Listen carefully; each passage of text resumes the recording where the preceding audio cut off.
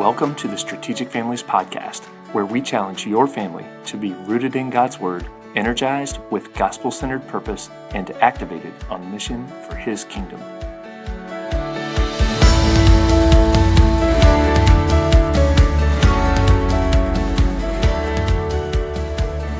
Hello, everyone, and welcome to another episode of the Strategic Families Podcast. Hope you're all doing great and ready for an awesome summer with your families.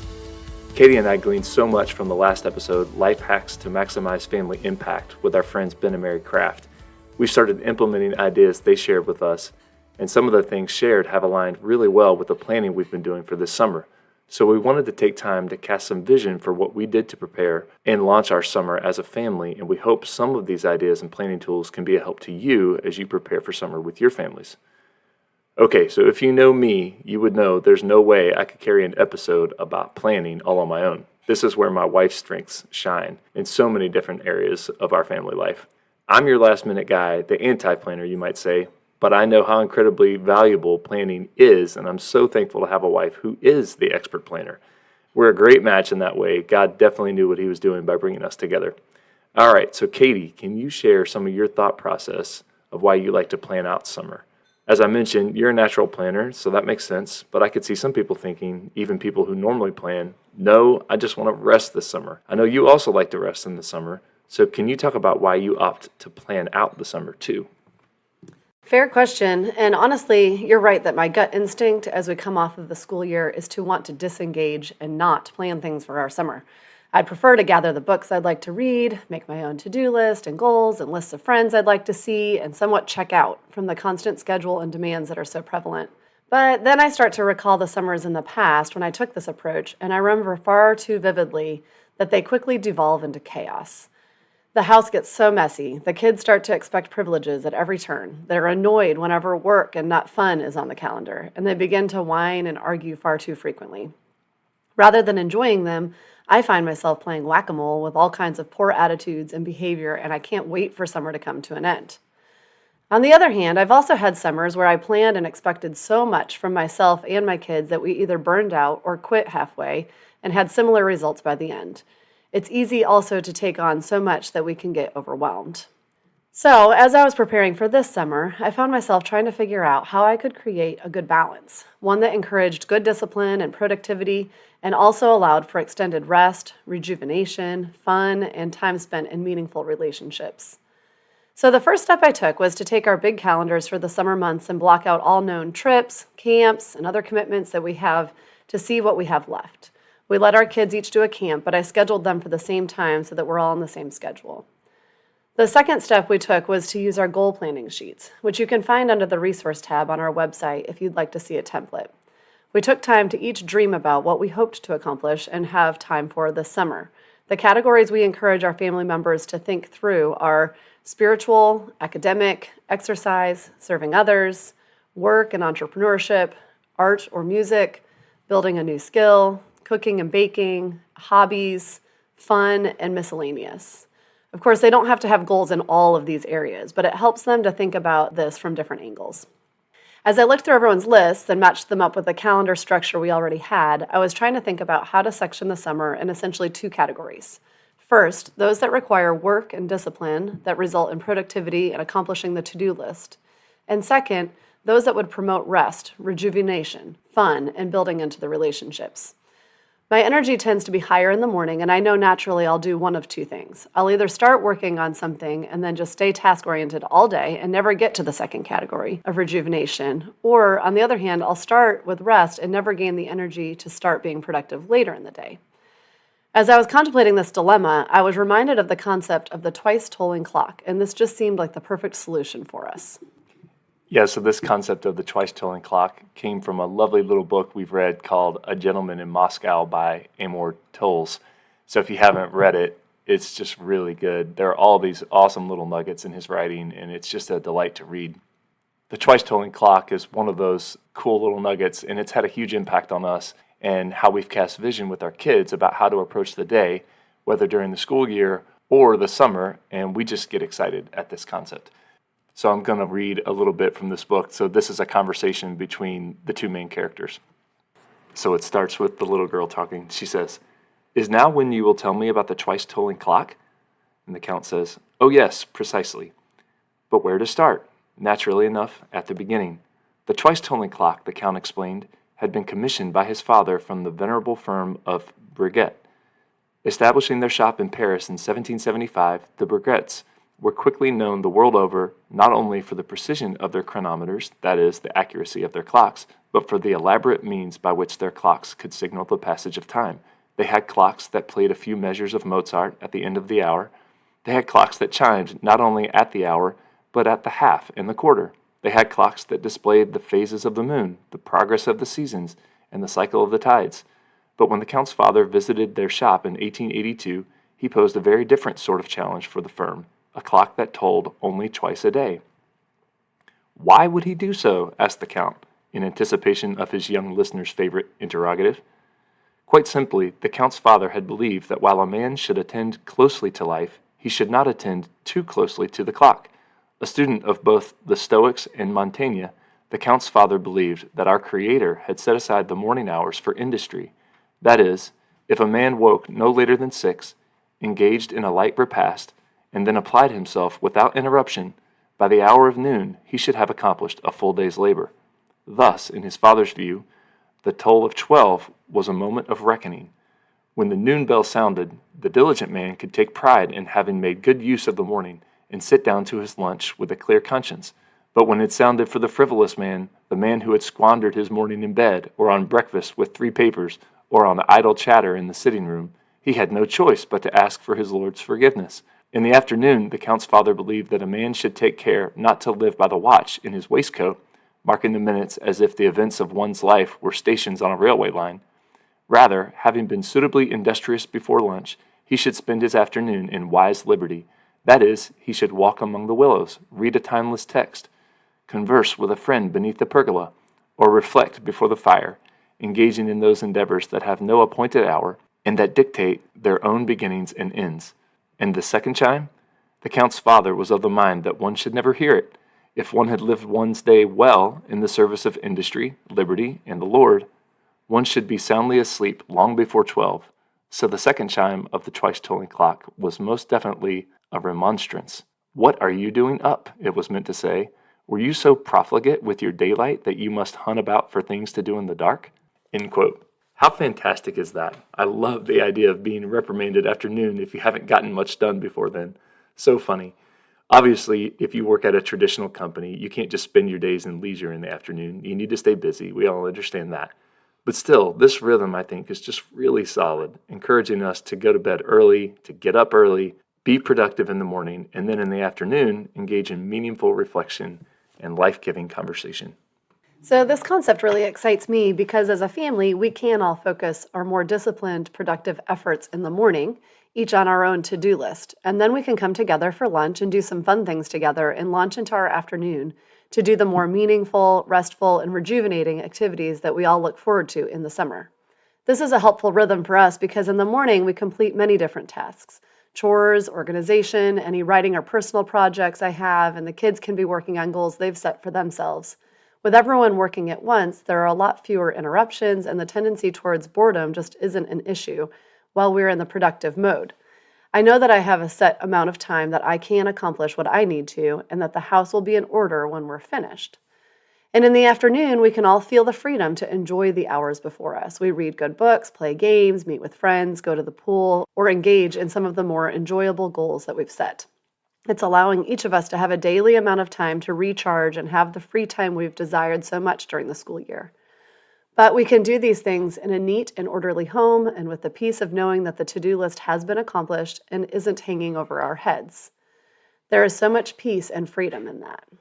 Yeah, this is great. It's encouraging that you're feeling much more positive as this summer is progressing. I know last summer was so busy and you didn't feel like you got much of a break. So lots of promise for this summer. So I wanted to take a minute to highlight a really important concept that will help to frame why we want to have disciplined mornings. We've probably discussed this before, but it bears lots of repetition because it goes against the norms of our culture. And this is the concept of training our kids to be producers rather than just consumers. During our parenting curriculum, Charting a Course for Your Family's Future, this is something we hit pretty hard as it is so incredibly important in the life of our kids. We must help our kids be producers and not just consumers. So much in our culture right now is telling our kids to just consume. Think of all the TV shows, video games, apps, treats, experiences. I mean, the list could go on. There's a subtle message in all of this. If you want to be happy, consume this thing or that thing. Well, this is a lie, and we need to help our kids see it for what it is.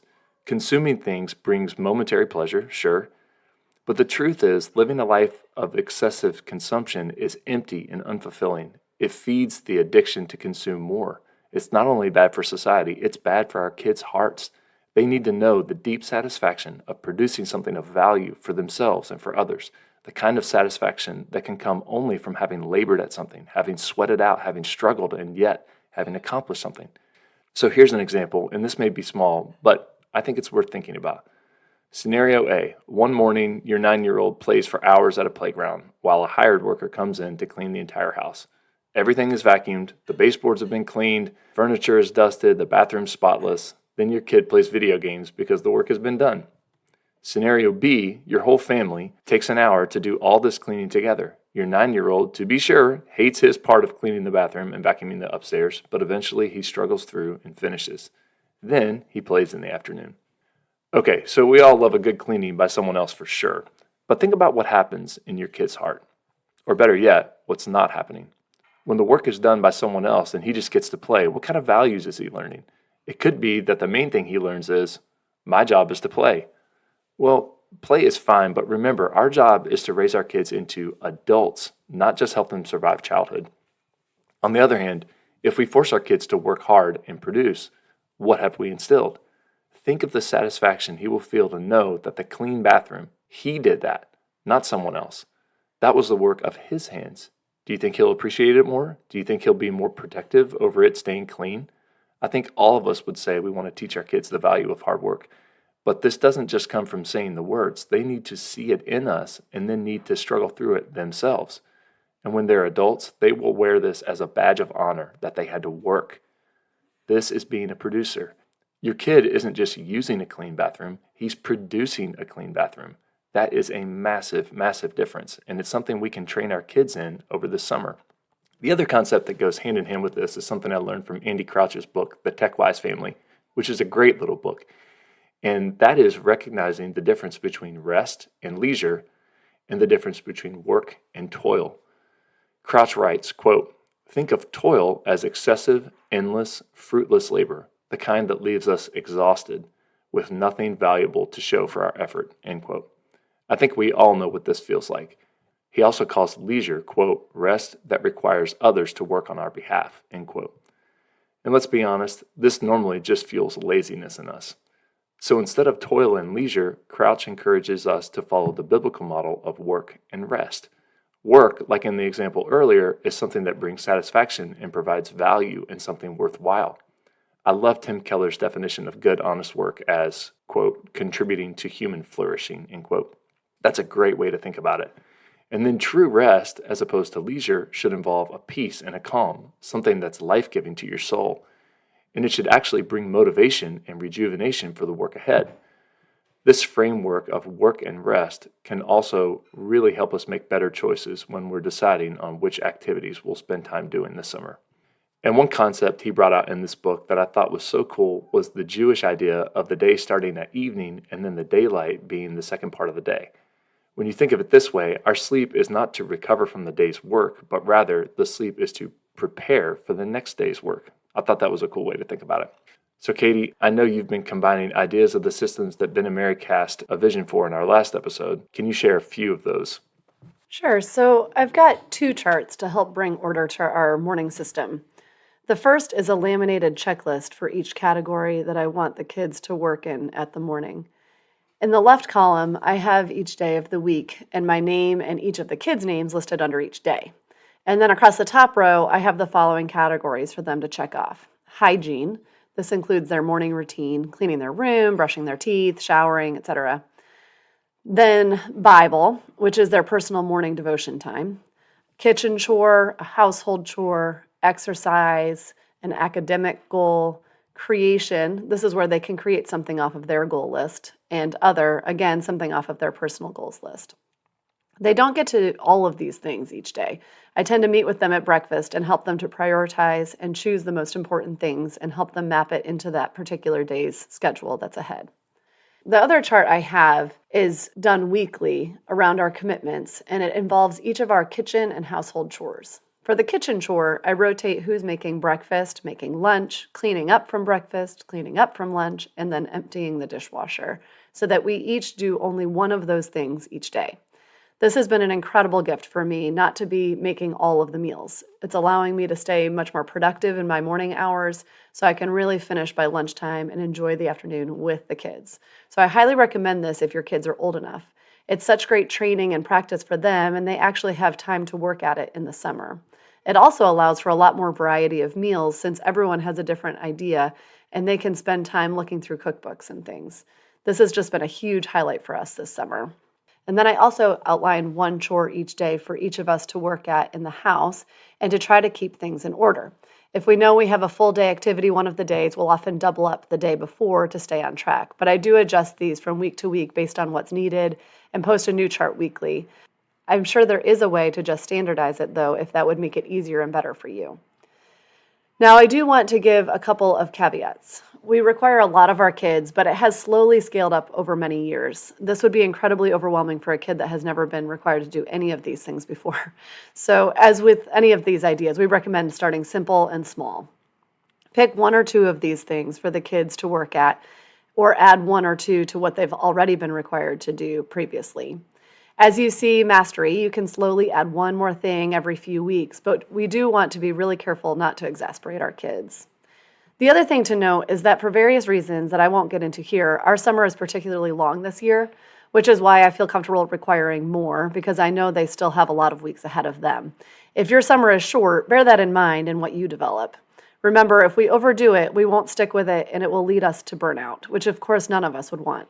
I would encourage you to really take time to pray through this before forming it for your family, asking the Lord to show you what you and your kids each need this summer and the best ways to develop those things into the mix. Yes, let's always remember that none of these things can be a one-size-fits-all approach. And yes, that reminder to pray for wisdom for your specific family is so important. I want to take a minute to share some of the fruit of this in hopes of casting a vision and providing some encouragement for anyone listening who may be wondering if this is really worth the work to get set up and started. It's so cool to see that our kids are accomplishing a lot with this already. And here are a few benefits of this that we've seen. Our house is staying more maintained than usual, although we'll be honest, it is never perfect in our house. Secondly, our kids are learning new meals to make and enjoying being in the kitchen more. We are all certainly benefiting from this for many reasons. Third, we've had a couple of new entrepreneurial ventures launched. So our 10-year-old daughter launched a business selling sourdough bread and sold 10 loaves her first week. So that was really cool to see. And our 8-year-old daughter started a dog walking business and got a one-time job and a regular job a couple of times a week that she's really excited about as well. So that was awesome. These jobs give them a chance to practice so many things. They took the time to develop their ideas, practice in advance, make flyers, take them around and speak face-to-face with several adults around our neighborhood, offering the service, and of course now working regularly to learn responsibility and eventually perseverance when the new and exciting part wears off. Another thing we've seen is that we get to have that sense of accomplishment in seeing projects completed. We also feel much more freedom to enjoy the restful periods, and it feels more like rest than laziness this way. Also, our kids are becoming more resourceful, improving and learning new skills, and there are fewer and fewer expectations for laziness or privileges before the work is complete. And lastly, Katie is accomplishing a lot on her own to-do list, but has also been able to read on her own and play games with the kids, which I know is so life-giving for her. All right, so Katie, we're a couple of weeks into our summer and using this system. What have you observed while working, and what troubleshooting are you needing to do so far? Yeah, so all systems need tweaking, right? One of the things I've noticed is that 2 of our kids have really latched onto this and love both the productivity and the promise of quality time in the afternoon. They've been driven to exercise more, create a lot of new things, and really enjoy the restful afternoons and chances to play games and have time with friends and other outings. However, one of our kids is really wired for fun and struggles more to be disciplined, and this one has pushed back often in the mornings. I found that it's helpful to recast the vision of why we're doing this and the rewards that we can enjoy if we stick with it. I'll point out that if we do chores throughout the week, we don't have to do a lot of chores on Saturdays like we normally would. I'll point out the fun activities we have planned later in the day or week to keep motivation up. I also find that spending time one-on-one and really listening to her has helped to earn some credibility when I do try to motivate action. I also like to have this kid be more involved in picking the rewards and fun that are set for later in the day to improve the buy-in. Lastly, I find that when I praise the hard work that is done, it seems to motivate the next round of responsibilities when they come. But I do think there's also the realization that at certain ages and with certain personalities, this is just going to take more reinforcing involvement and management for some kids than for others. The other challenge I face is that I still have one who is not able to work as independently or capable of quite as many chores because of her age. I try to have her work alongside me or one of the other older kids wherever possible to be an assistant. I also seek out the older kids to read to her or help her with her goals when theirs don't require quite as much time. But again, there is a certain amount of realization that more training and involvement is just necessary the younger they are, and we have to manage our personal expectations accordingly. It may cut into my desired productivity, but that's just part of the job as a mom. And we have found that summer really is an excellent time to train our kids to learn new responsibilities. If we commit to giving it a little time at the beginning of the summer and follow up to make sure the habits take, we will reap incredible benefits over time. I know it feels exhausting, and it is often the last thing I'd like to do at the start of summer. But my encouragement to myself and anyone listening is that if we can push through a little further, we'll experience much more rest over the years ahead. It's worth the investment now. Yes, it's so good to be reminded of the reality that perfection will not be achieved. Our houses will not look perfect. We won't finish everything on our to-do list. Kids will still misbehave and have bad attitudes at times. We all know that. We must remember that we are a group of sinful people all living under one roof. That said, by God's grace, we can reduce this chaos significantly and shift our families' perspectives to be contributors who are eager to serve and love others well, so that the tone of our summer is far more positive, productive, and peaceful. We are praying for your families to be able to tap into this, and that this would be the first of many summers ahead, that we can all keep our homes and hearts intact and end it with joy, peace, and restored energy.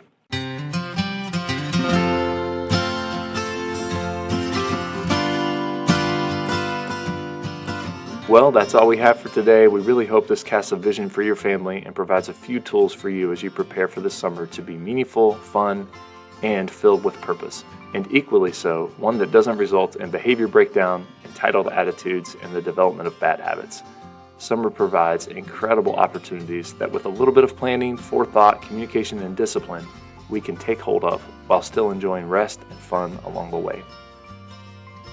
Check us out on strategicfamilies.com, and again, if this show has been a blessing to you, share it with others, and don't forget to subscribe.